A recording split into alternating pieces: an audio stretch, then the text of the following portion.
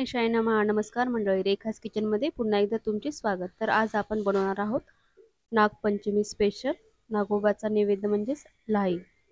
तर आपण ज्वारीची लाही बनवणार आहोत. चला तर मग सुरू करूयात आजच्या रेसिपीला. तर इथे मी एका बाउलमध्ये ज्वारी घेतलेली आहे. ही स्वच्छ कपड्याने पुसून घेतलेली आहे. काय जे धूळ माती असेल ते आपण साफ केलेली आहे कॉटनच्या कपड्याने. आणि आता आपण ही पाणी उकळायला ठेवलं होतं, त्यामध्ये आपण ही ज्वारी टाकून घेणार आहोत.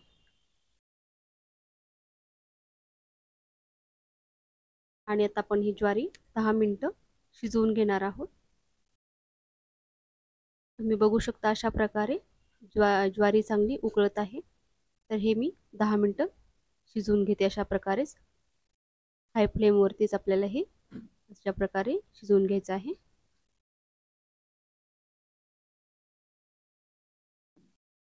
आता आपण या स्टेपला गॅस बंद केलेला आहे. आणि आता आपल्याला ही ज्वारी एका गाळणीद्वारे गाळून घ्यायची आहे. तर इथे मी अशा प्रकारची किसणी वापरलेली आहे, कारण ज्वारी थोडीच होती, त्यामुळे छोटीशा गाळणीमधून किंवा किसणीमधून असं आपण काढू शकतो. तर अशा प्रकारे आपण हे सगळी ज्वारी यावर टाकूयात आणि पाणी सगळं निथळून घेणार आहोत. ज्वारीमध्ये जास्त पाणी शोषून घेतलं जात नाही, तर आपली ज्वारी लगेच कोरडी झालेली आहे, तुम्ही बघू शकता.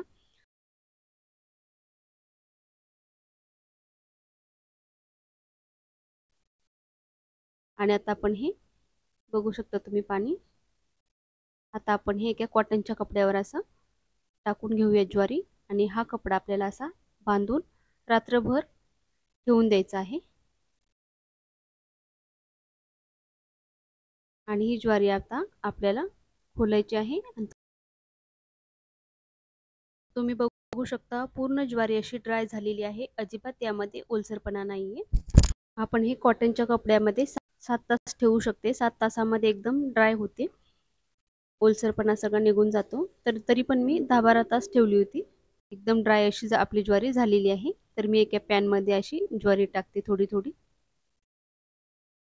आणि आता तुम्ही बघू शकता, आवाज पण ऐकू शकता ज्वारीचा, कशी आपण पॉपकॉर्न कसे फुटतात तशी तडतड करते.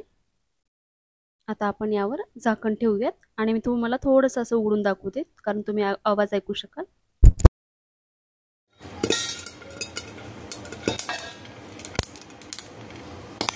तर तुम्ही आवाज ऐकला असेल. अशा प्रकारे आपल्याला हे बंद ठेवून हाय फ्लेमवरती अशी ज्वारी तडतडून त्याची लाही बनवून घ्यायची आहे. आणि नंतर गॅस स्लो करायचा आहे, कारण नंतर ज्वारी करपेल. तर अशा प्रकारे मस्त आपली अशी ही नागपंचमी स्पेशल ज्वारीची लाही तयार झालेली आहे. तुम्ही बघू शकता किती पांढरी शुभ्र आणि छान अशी फुललेली आपली ज्वारी तयार झालेली आहे. तर आमच्या लहानपणी आमच्या गावी अशी एक लेडीज यायची आणि ती सगळ्या गावच्या लोकांना असं ज्वारी बनवून द्यायची. लहानपणची एकदम आठवण झाली.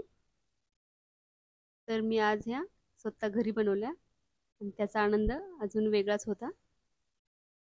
तर स्पेशली या नागदेवतेला दूध आणि ज्वारीच्या लाहीचा प्रसाद नैवेद्य म्हणून आमच्या इकडे दाखवला जातो, स्पेशली मराठवाडा भागात.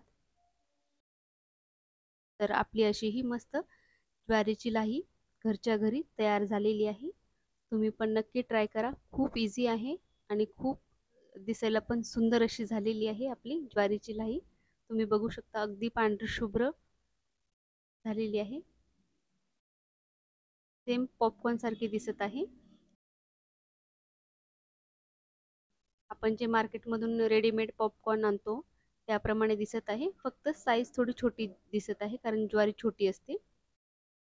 तर तुम्ही पण या नागपंचमीला नागदेवतेचा प्रसाद म्हणून ज्वारीची लाही नक्की घरी ट्राय करा आणि कशी झाली ते मला कमेंटमध्ये नक्की सांगा. आणि माझा व्हिडिओ आवडला असेल तर नक्की व्हिडिओला लाईक करा, शेअर करा आणि चॅनेलला सबस्क्राईब करायला विसरू नका. चला तर मग भेटूयात पुढच्या अशाच एका नवीन आणि छान छान रेसिपीसोबत. तोपर्यंत धन्यवाद. श्री स्वामी समर्थ.